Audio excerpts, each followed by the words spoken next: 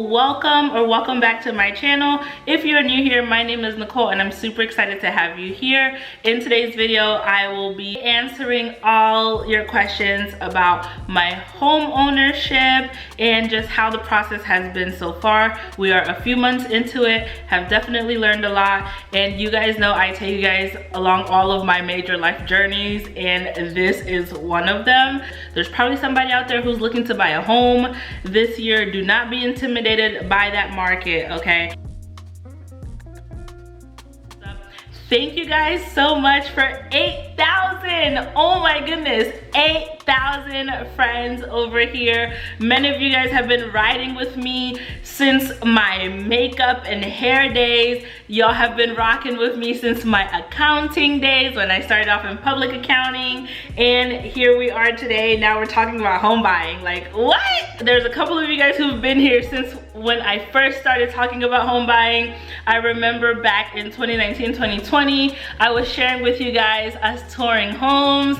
I don't know if you guys remember that, but look at God, look where we are. So thank you all so much for 8,000. Cheers to 10K this year. I never had a goal for this channel, but I just am so grateful to God and to you all for pouring into me, pouring into my channel, and just seeing something that you like, that you're always here. So super excited for 8,000. Next stop is the big 10K. That's gonna be such a huge milestone. And I am doing a giveaway for 8,000 friends over here. So for you to be a part of the giveaway, all you have to do is stay tuned, keep watching. I'm gonna do the question and answer, and at the end I will talk about the giveaway.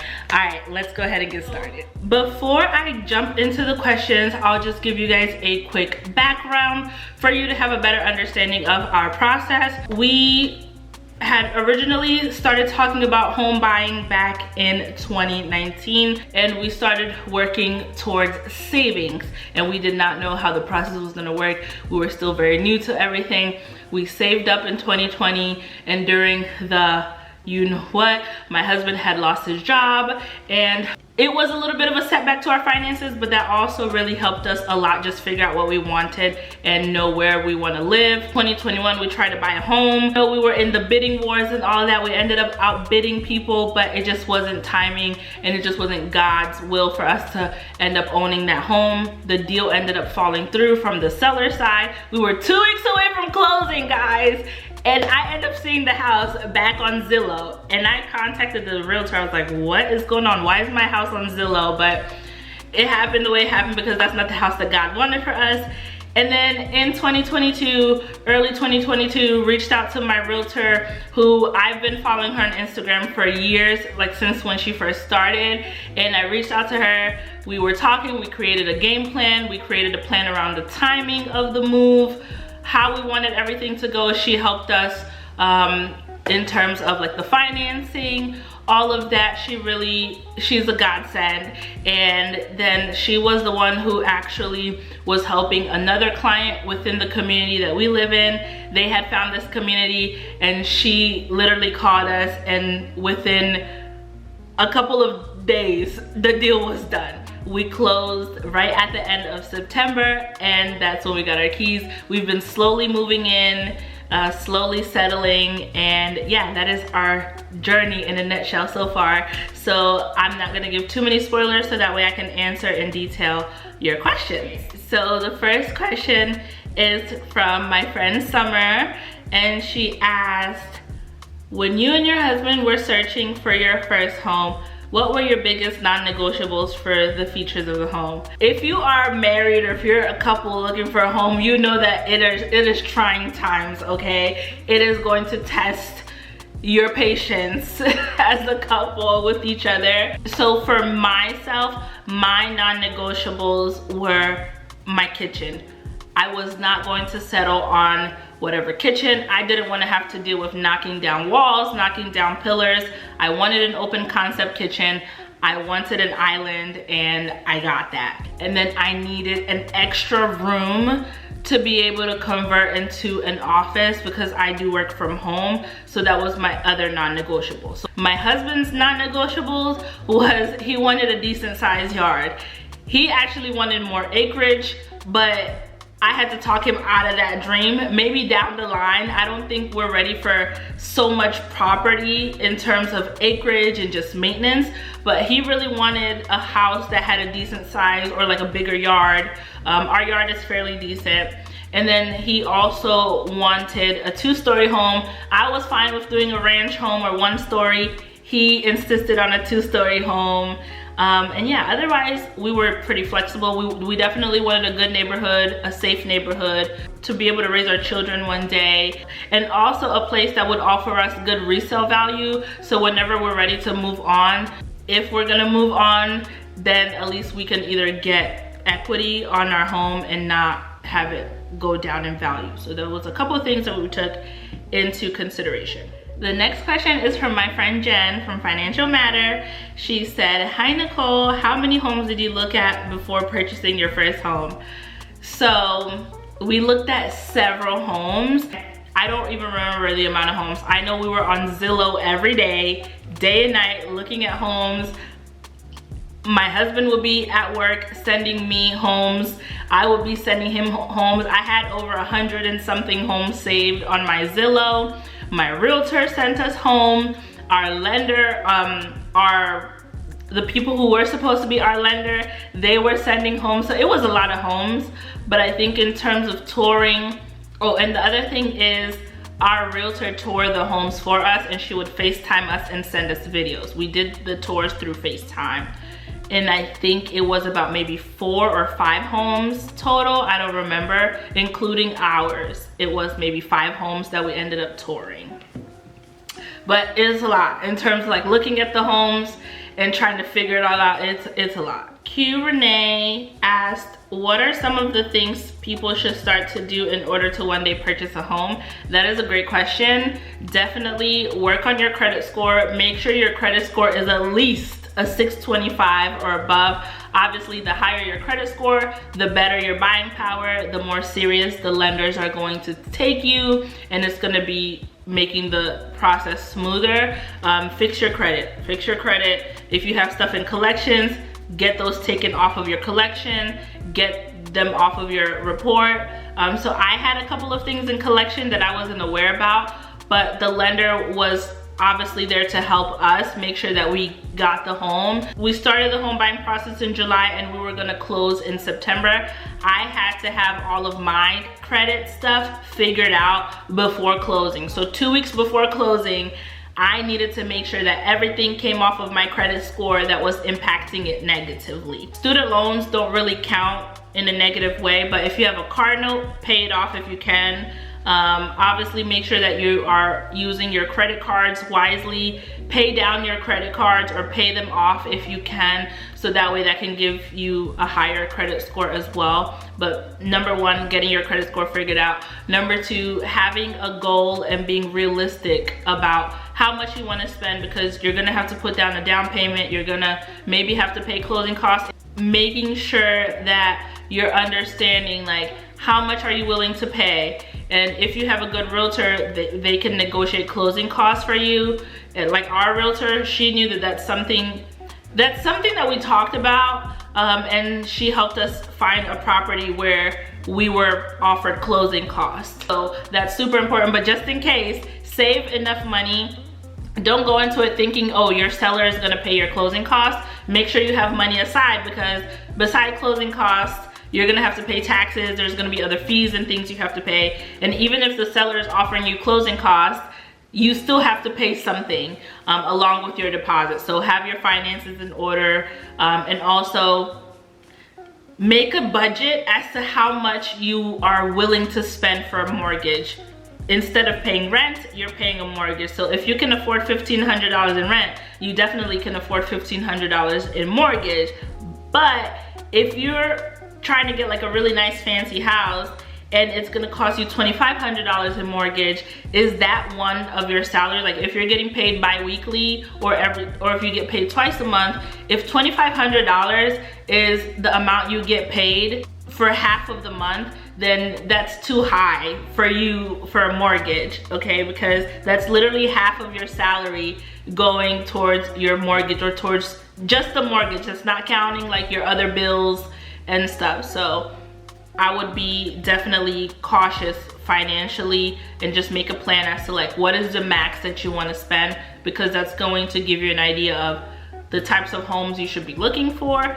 And then it's also when you get the approval back, your pre-approval letter, just because they give you a certain limit, you want to try to stay under that limit.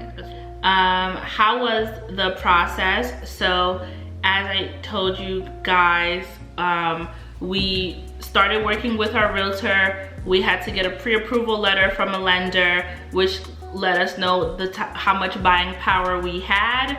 And both my husband and I, we sat down and were realistic about how much we want to spend on a mortgage, because obviously we want to save money, we want to be able to invest, we want to be able to travel and do other stuff, and we didn't want to be house poor.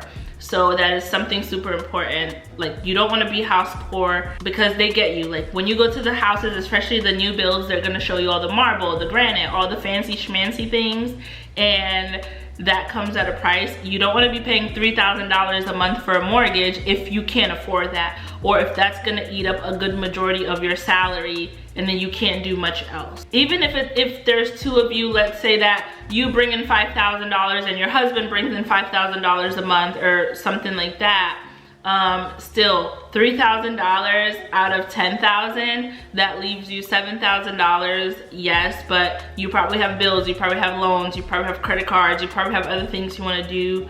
So you want to be mindful. But we did that. We talked about finances. It's our first home, it's not our forever home. We're realistic. And then my husband and I also talked about what we wanted and all those things that played part in the home. We chose a home that is our first time home, but also a home that we can grow in. And if we ever resell the home, it's a family can move in here essentially. So we thought about all that in our process. So we got our pre-approval, and then our realtor looked at homes, found the home, went under, we applied for the home. We were approved by our builder and their lender. And then closing, we had to just go through the process where we were submitting paperwork, submitting like our credit stuff, like checking what's on your credit report, our bank statements, seeing how much money is coming in, going out, our credit card statements. They checked all of that. They checked our work to make sure that we were actually employed by our employers, and just things like that. And during the whole time between July and September, we did not touch our credit cards. We did not use our credit cards for anything. We made sure we kept those bad boys to zero if possible. We were paying off we had one card that we used for our everyday expenses, and that one we made sure we were paying it down. And then once that process of closing happened, it was closing day, we signed all the papers, got everything done, and then we got our keys. What are all the insurances you guys have taken out? So we have private mortgage insurance, and then we also have homeowners insurance. And I believe those are the two insurances that you have for home. So your homeowner's insurance is what covers, like, let's say a flood, I think if it's like flooding, depending if you're in a flood zone or not. We're not in a flood zone, so I think ours covers flooding, if there is a fire, if there's some kind of electrical issue, if something happens, like our washer causes water to ruin our floors, like those kind of things, homeowners insurance covers. And then private mortgage insurance, I think you get that when you don't pay 10% down. If you put a deposit that's less than 10%, you have to pay a PMI. What was the hardest part? I think the hardest part initially was finding the home, was finding a location we liked, a home that we agreed on. That was hard because my husband has his own preferences, I have my own preferences. Obviously, guys don't care about the same things that ladies care about, okay? But I think that was the hardest part, is finding the home. And the second hardest part was obviously being the waiting process during the closing time. Like, you know that it's your home, it's coming, but at any given point something could go wrong, and we weren't telling anyone. We kept it private because we wanted to surprise our families and stuff. So that was also hard. And of course, I didn't get a chance to even document it. When we were buying our home in 2021, I started documenting everything from the, I recorded everything, but it didn't, since the deal fell through, I never showed it to you guys. And for this one, I just didn't. The way it all happened, I didn't even have time to do it, but I wanted to sit down and talk to you guys about the process. I wanted to show you guys like the home as it was being built, but I had to keep it a secret. It was just something that my husband and I wanted to keep private until we were ready to share. So that was hard because I love sharing things with y'all. So how do you choose your location, things you wish you knew earlier, tips, etc. So how do we choose our location? Both, we knew we wanted to move back to Texas. We used to live in Houston. Shout out to you guys who've been following me since when I lived here years ago. But we knew we wanted to move back to Texas, but we were actually thinking we were going to live in Dallas. We were looking at Dallas, and I have family in Dallas, and we know that Dallas is great for raising kids, but that just isn't where God wanted us to be. So then we thought we were gonna live in San Antonio. We were looking in San Antonio, but in terms of opportunities for employment, San Antonio didn't have as many options. And so my husband and I literally looked at each other one day randomly, and we were like, we're moving back to Houston, right? And here we are. So we've lived in Houston before. We know the area, we're familiar with it. And in terms of job opportunities, there's a lot of job opportunities for both of our fields as well. So that was one of the main reasons we chose the location. We made sure we picked a place that was not a flood zone due to hurricanes, and y'all know with Houston we're near the Gulf and all of that, but we didn't want to live near flood zone. We didn't want to live in a tornado alley. We wanted to live away from the actual Gulf, so we took that into account when we chose the location, and we let our realtor know that, and she was able to help us find a property that checked all of those boxes. So super important to work with a realtor. Some things that we wish we knew earlier was just like in terms of like your deposit, closing costs, all the things that they're gonna ask for, your credit score, all of that. I think if we would have known, like maybe back in 2020, we would have been even more prepared than we ended up being.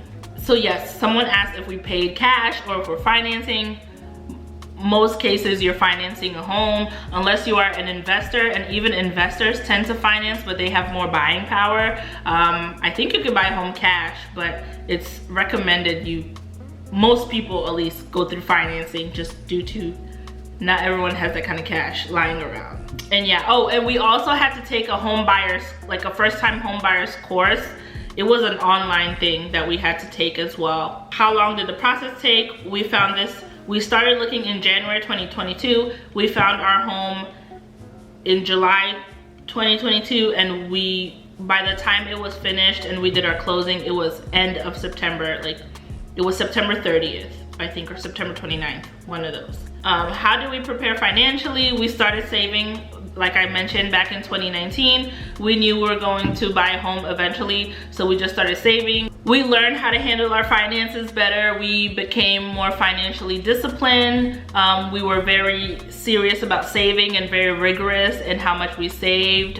We lived on a strict budget. But the thing is, when you budget, we also made sure to include in our budget, like our travel and all the fun things that we like to do. We love to travel. We try to travel for our birthdays especially. So at least twice a year we're doing some sort of big trip. So we took that into account when saving. And we still had fun money and things like that, but it was still a very strict budget where we were dumping all of our money into savings and investment accounts so that it could generate the money that we needed. But yeah, putting yourself on a budget is super important. And advice for first-time home buyers: explore your options, make sure you shop around. Don't just sign right away. Make sure you guys are reading the dotted lines. Don't go with just the first lender that comes your way or that you see, whether it's a new build or pre-existing home. Shop around for lenders because you get different rates. So like for us, our builder, we had a different lender, but our builder gave us a more discounted rate if we went with them. So make sure you guys find like deals. Please ask your questions, do your due diligence, save, save, save, work on your finances, work on your credit score. Since you bought it during construction stage, were you able to pitch in and say what you wanted? No. So this is an express home. So it's already designed to a certain way. You can pick a couple things here and there, but this home, someone was already building it. Like there was a previous buyer who had picked the lot, they picked the type of house, but their deal fell through, or they backed out, and we found the home mid-construction, and so we were able to pick up the pieces from there. We were able to pick some of our finishes, but overall the house is standard, and it worked in our favor because as we live here, I do want to work on my design style, and I'm learning my design style. If you follow me on Instagram, you're seeing my vision come to life slowly but surely.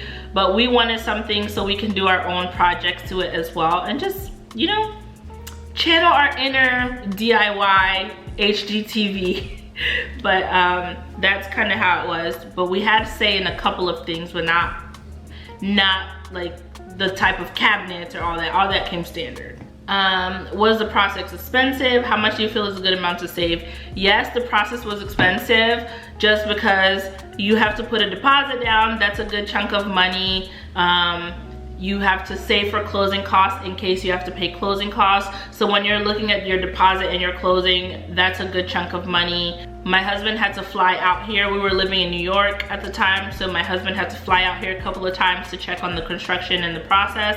Luckily, the construction manager was amazing, that anytime I called or texted him, he would make sure he'd come by the house to be able to send me videos so that I could, and was always updating us. Like, he was like, hey guys, your grass is going in, or hey you guys, like the driveway is complete, or we've already added a door to your garage, or we've already finished the drywall. So that was really nice. But all of that, like us still having to come here, was expensive. Furniture is expensive.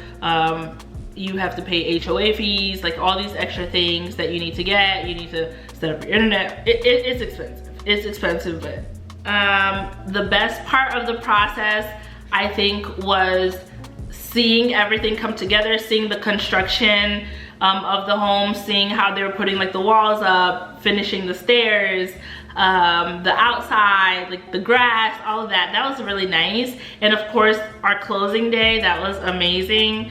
Being able to close. The worst part of it was the waiting. You know, the waiting and submitting all the paperwork. I think it was like every week we were having to submit paperwork. Is it better to build or to buy it ready? It depends. I don't see a difference. There is difference between building or buying a pre-existing home. I think with building, you have some perks, and also with a pre-existing home, you have some perks.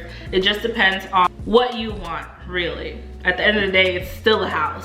At least for us with building, we have a full 1-year warranty. So as our house is settling into the foundation, and as we're living in the house, if my cabinet falls today, I can just call them, they'll come and fix it. We've called them several times to come fix some things that we've noted. As I'm living in it and I'm walking around, if I see the paint is chipped or something wasn't painted right, we've seen a lot of things. Like, we saw a lot of things that were, it was like a rush job, I think, towards the end, so things weren't really looked at thoroughly. So anytime I see a little minor issue, I call them, they come, which is amazing. But I like having that with our builder. But obviously, building or buying, it really depends on you. Did you change your mind about anything after you set it up? No, I haven't. I think we didn't change our mind about anything, really. We love the layout of our house. We don't like the location of the stairs. That's the only thing.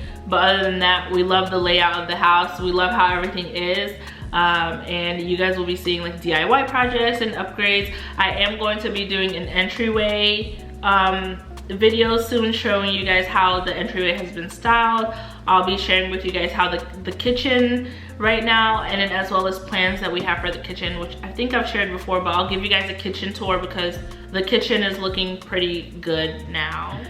All Alright, so you guys, that was all of your questions in terms of home buying. I hope this video helped clear up some of your doubts and also inspire you guys in case you guys are also ready but you just didn't know how to start or where to start. I highly recommend you finding a realtor first. I think that's the best thing. Look for a realtor in your area, and again, I will leave my realtor's information in case you guys are interested or you're planning on moving to Texas. Feel free to comment below any other questions you have on this home buying journey. I will be bringing you guys lots of videos as I am decorating. Please make sure you guys watch my vlogs because I include clean with me's and we talk, and I love doing clean with me videos. You guys have been following me for a while, know since my apartment days I used to do cleaning and decorating, so I'm definitely excited to be able to have a house that I can decorate for spring, which I'll share with you guys, decorating for the summer, decorating for the fall, for winter,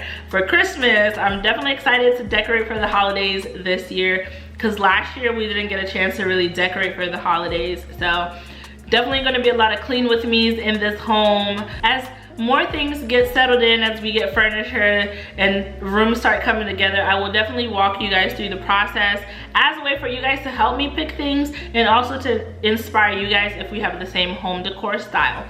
So I love you guys. Thanks so much for watching. And now for the giveaway. If you've made it this far, just as a way to say thank you guys for 8,000 subscribers. So there is going to be 2 winners.